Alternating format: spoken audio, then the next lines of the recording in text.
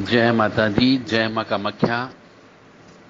आपकी पूरी कहानी मैंने सुन ली है।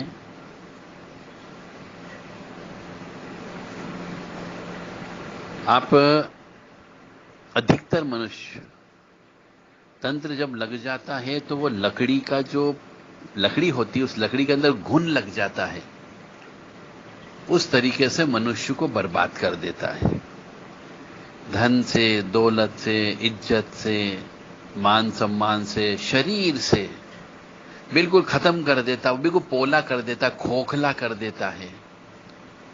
फिर वो मनुष्य किसी काम का नहीं रहता है, उसका भाग्य साथ देना बंद कर देता है।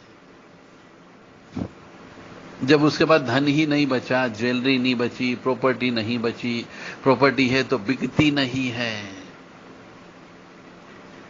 कंगाल हो जाता है, दर दर की ठोकरें खाने को मजबूर हो जाता है। ये तंत्र, मैं इसीलिए तंत्र को कह रहा हूं कि वो तंत्र बहुत खतरनाक चीज है, आप समझने का प्रयास करें। इसीलिए मैंने तंत्र स्कूल खोला हुआ है कि आओ तंत्र सीखो। आप भी अपने बच्चों को यदि हो तो उनको तंत्र अवश्य सिखाओ कि तंत्र काटना कैसे सीख जाना चाहिए। दुनिया में कोई भी नहीं है जो तंत्र सिखाएगा आपको, परंतु मां की कृपा से, मां के आदेश से मैं तंत्र सिखा रहा हूं मनुष्यों को कि आओ अपना स्वयं का तंत्र खुद काटो और महसूस करो कि तंत्र होता है।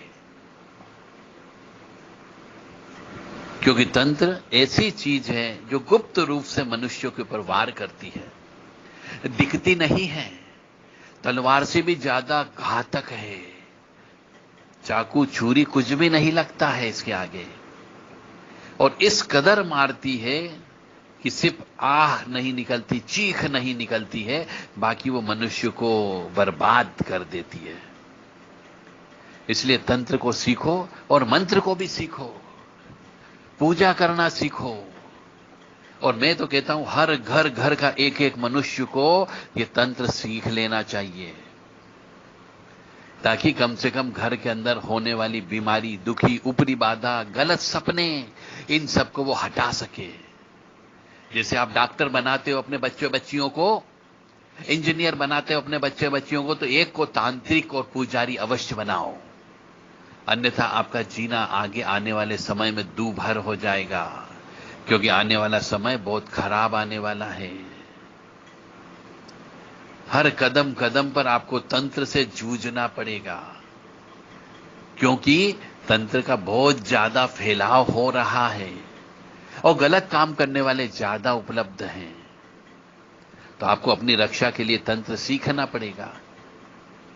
और अभी भी नहीं चेते तो आपके घर बर्बाद होते रहेंगे।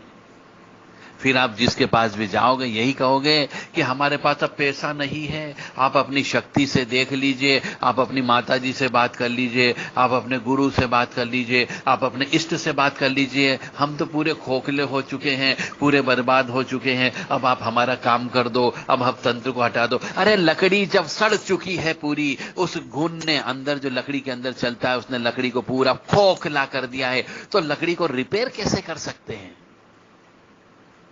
लकड़ी रिपेयर नहीं हो सकती। यदि होगी तो उसके अंदर कुछ माल मसाला भरना पड़ेगा, तब जाकर के वो लकड़ी ठीक होगी।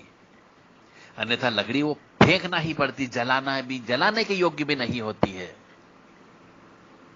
इसी प्रकार मनुष्य का शरीर और जीवन और उसके क्रियाकर्म हो जाते हैं कि वो किसी काम के नहीं बचते हैं। मस्तिष्क काम करना बंद कर देता है, दिमाग काम करना बंद कर देता है, सोच बंद हो जाती है, बरकत समाप्त हो जाती है, घर के अंदर गंदगी लग जाती है, और क्लेश, अशांति, दुख, दरिद्रता के अलावा आपको कुछ नहीं मिलता है। मानो या न मानो, यह पूर्णतः सत्य है।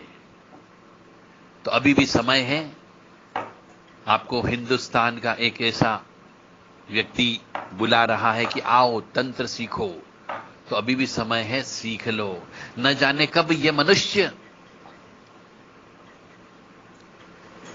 इस शरीर से आत्मा न जाने कब चली जाएगी, पता ही नहीं चलेगा। फिर आपको सिखाने वाला कोई नहीं मिलेगा। ये तो मैं ईश्वरी शक्ति के आदेश से तंत्र को घर घर तक पहुंचाने का प्रयास कर रहा हूं, सिर्फ काटने के लिए कि यदि बुरे सपने आए तो कैसे हटाना है, यदि गंदी बदबू आ रही है तो कैसे हटाना है, संक्षिप्त में हवन आपको कैसे करना है, कैसे भैरव जी के मंत्र बोलना है, कैसे मां काली के मंत्र बोलना है, कैसे हनुमान जी के मंत्र बोलना है, ताकि आपकी विल पावर बढ़ सके, आपके ऊपर नकारात्मक ऊर्जा अटैक न कर सके। किस किस को अटैक होता है, किस किस के ऊपर तंत्र विद्या लगती है, कि कौन सी आत्मा कमजोर होती है, ये सब चीज हमारे द्वारा बताई जाती है। और फिर भी यदि आप ये चीज नहीं सीखते हैं तो ये आपका दुर्भाग्य होगा। मेरा धर्म है, मैं अपना काम कर रहा हूं। अब आपके स्व विवेक पर निर्भर करता है, आपके भाग्य पर निर्भर करता है कि आप सीखोगे या नहीं सीखोगे। मां भगवती जगत जननी आद्य शक्ति भवानी आपको सुखी रखे, स्वस्थ रखे, प्रसन्न रखे। इन्हीं कामनाओं के साथ मां कामाख्या के चरणों में शीश। जय माता दी।